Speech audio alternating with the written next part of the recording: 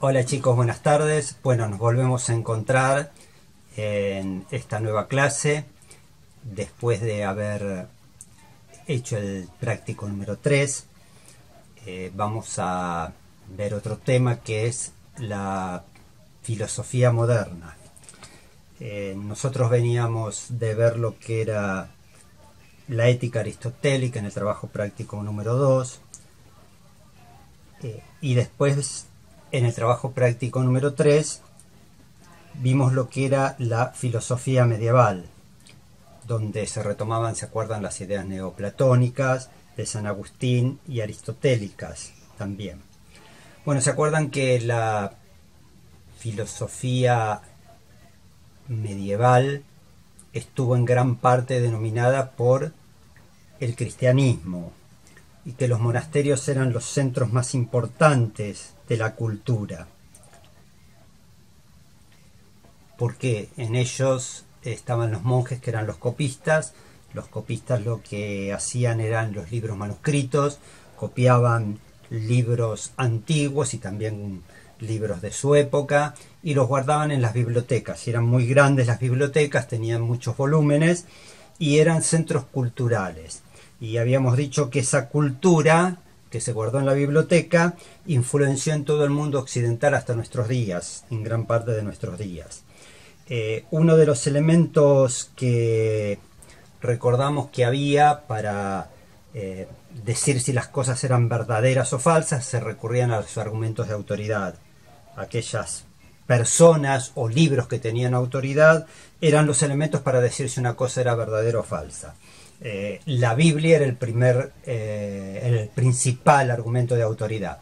Y se acuerdan que el estudio más importante era el estudio de la teología, el estudio de Dios, donde se desarrollaban estos estudios en las escuelas catedralicias, monasterios, escuelas catedralicias, que después derivan a las facultades, y el método era el método escolástico, que utilizaba como fundamento el argumento de autoridad. Bueno, ahora vamos a entrar, sí, un poco en lo que es la filosofía moderna, la modernidad. Habíamos dicho que la Edad Media iba hasta desde la caída del Imperio Romano de Occidente hasta la conquista de América. Otros ponían lo que era la caída del Imperio Romano de Oriente, otros historiadores la invención de la imprenta. Esa época se desarrolla la filosofía medieval.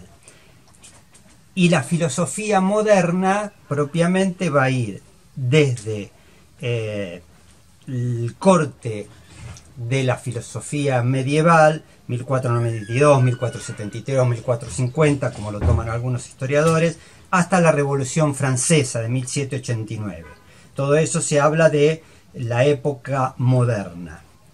¿Qué pasa en la época moderna? En la época moderna hay una idea del volver al hombre. Ya no es tan importante la teología, no es tan importante Dios, sino va a ser el ser humano el centro de reflexión de la filosofía moderna y de toda la modernidad. Mientras que en la Edad Media lo que tenía valor era la gracia divina, la inspiración de Dios, en la modernidad lo que va a tener importancia es las propiedades del ser humano, el conocimiento del ser humano. El ser humano que es racional, libre, artífice de su propia existencia. Dentro de la modernidad, ¿por qué se produce la modernidad, digamos? Porque hay un cambio de paradigma. El hombre empieza a ser parte activa de la historia. Se produce la revolución científica, ¿se acuerdan?, con Copérnico, con la teoría heliocéntrica y Galileo, el estudio de los astros, de los planetas.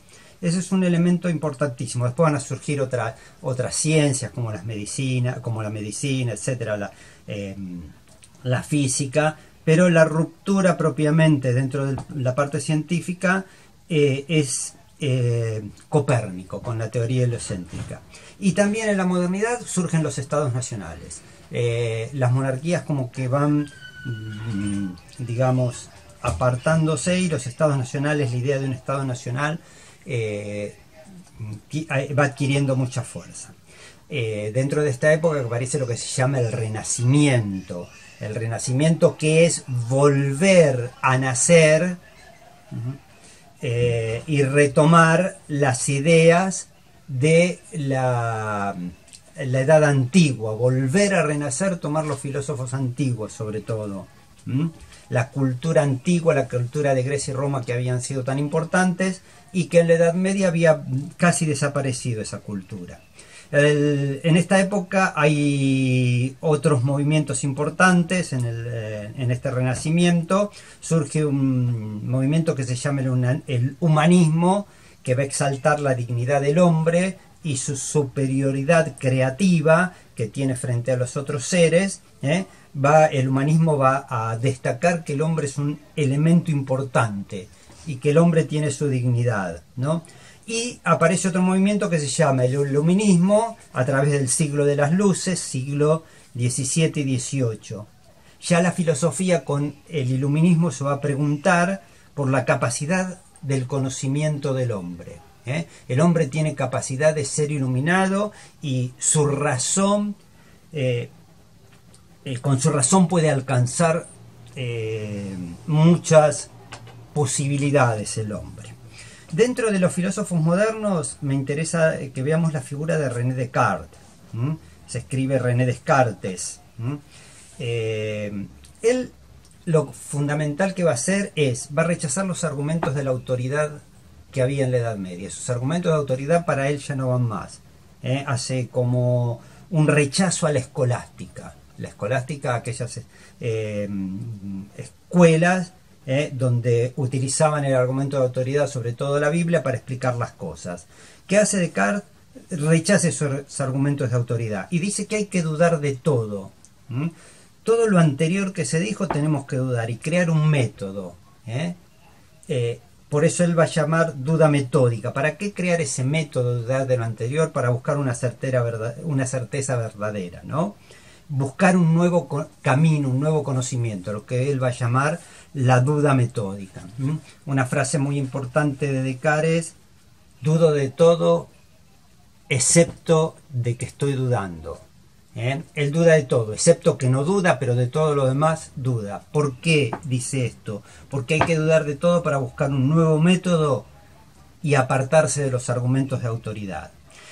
Acá tenemos también en la modernidad autores importantes y filósofos importantes que hablan sobre el hombre y sus derechos. Por ejemplo, Thomas Hobbes. Thomas Hobbes habla del derecho natural. Sostiene que el hombre vive en un estado de guerra, por eso necesita formar sociedades y dentro de las sociedades construir en ella una autoridad. Porque los hombres en sí necesitan una autoridad que los gobierne. El hombre por sí mismo no puede gobernarse y hay una lucha de todos contra todos. Por eso él dice: el hombre es un lobo para el hombre. Hay una lucha de todos contra todos. Por eso es necesario la autoridad para poner freno a esas luchas. Y también otro autor, Juan Jacobo Rousseau, que tiene un libro que se llama El contrato social, un libro que es importante en esa época porque habla que el hombre al principio era bueno, su naturaleza era buena y la sociedad lo corrompió. Por ello, al estar corrupta ahora su naturaleza, hay que establecer lo que él llama un contrato social, que hay que hacer un contrato negando las voluntades de cada uno para poner una voluntad común. ¿Se acuerdan que Aristóteles, cuando hablaba de la política, hablaba del bien común? Bueno, acá es lo que dice, que tenemos que enajenar nuestras voluntades para crear un contrato común, lo que va a llamar el contrato social, que va a ser la expresión de las voluntades generales. Esto sería lo que hoy tenemos los gobiernos que nos gobiernan actualmente. Nosotros elegimos a quienes nos van a gobernar. Cada uno renuncia a esa propia voluntad para crear un estado general de cosas donde haya límites para no avasallar la vida del otro. Bueno, y entramos también en la filosofía contemporánea. Yo nada más le voy a dar dos autores que ustedes investiguen sobre filosofía contemporánea. La primera parte le voy a mandar unos textos que ustedes los tienen que leer, hacerme un comentario de lo que entendieron de esos textos mínimamente, a lo mejor todo en una carilla, ¿no? Y después les voy a dar que busquen dos autores, les voy a mandar las consignas por escrito. Uno de estos autores es Sartre, filósofo francés, donde dice que, donde ve la imagen del hombre que no eligió vivir él, sino que surgió sin hacer una elección propia. Por eso dice que el hombre está condenado a ser libre. Él no quiso elegir, pero no quiso elegir vivir, pero tiene que estar en este mundo y está condenado a ser libre, porque cada elección que hace, lo hace respecto a la voluntad de su libertad. Y entonces tiene que elegir en momentos, aun cuando no sabe la situación que le va a tocar vivir, sin embargo tiene que elegir, ¿no? Y en este hombre que es responsable de sus actos, que elige constantemente, sostiene que la angustia es una característica propia del hombre, que el hombre vive en permanente angustia. ¿Por qué? Porque toma siempre sus propias decisiones. En esta capacidad de ser libre, de elegir, toma sus propias decisiones. Y otra autora que le voy a dar es Simone de Beauvoir, es también una autora contemporánea, una filósofa contemporánea.